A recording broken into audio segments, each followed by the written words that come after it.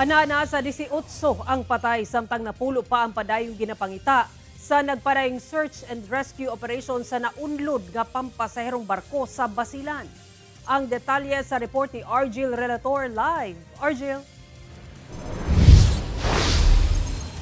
Sara, lakip sa mga ginapangita o missing ang mismong kapitan sa barko.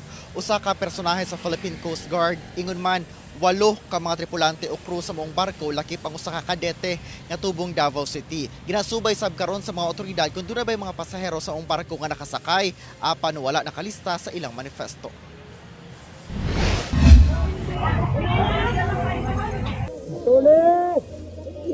Una pa man naunlod ang barkong MV Tricia Kirstine 3 alauna lunas sa Kadlawon sa Balok-Balok Island sa Basilan.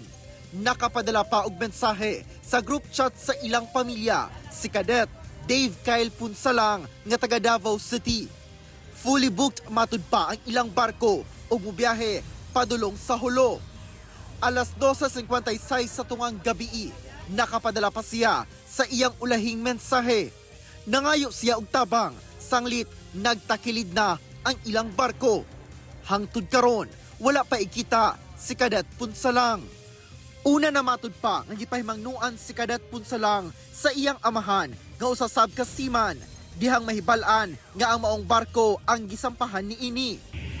Kasi kung mag-ingat ka na kasi luma yung barko na yan. Mag-ingat ka, huwag mong iiwalay kasi yung ano na yan, yung life vest na yan o life na ang tawag nito, life jacket. On duty matud pa si Cadet Punsalang, dihang nahitabo ang pagkaunlod sa barko. Ako po yung nananawagan sa lahat na nakakita doon sa anak ko si Dave Kyle Punsalang. Ipagbigay niyo po ng impormasyon dito sa account ko o mismo sa anak kong si GP Punsalang. Pag-ipag-coordinate po kayo doon kasi kailangan po makuha yung anak ko. Sana matulungan niyo ako. Parang awa niyo. Parang awa niyo. Anak ko yan.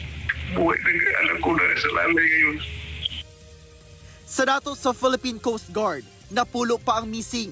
Diin 8 niini ang tripulante o crew sa barko, lakip si Cadet Punsalang. Ang mismong kapitan ug usa ka personahe sa PCG nga nagsilbing si Marshall.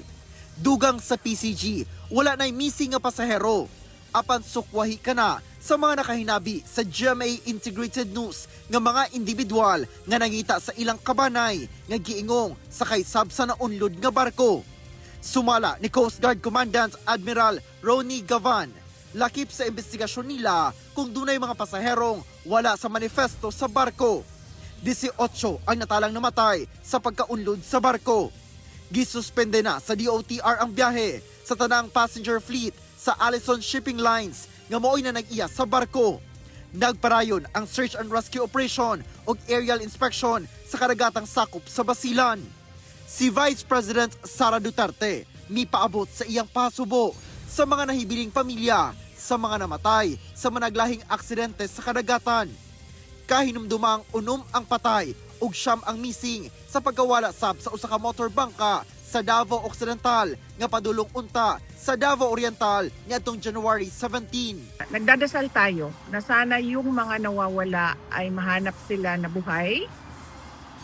At syempre, nagdadasal din tayo na yung mga tumutulong at yung mga nagre-rescue, hindi sila mapagod sa paghahanap na sa ating mga kababayan na nawawala sa dagat.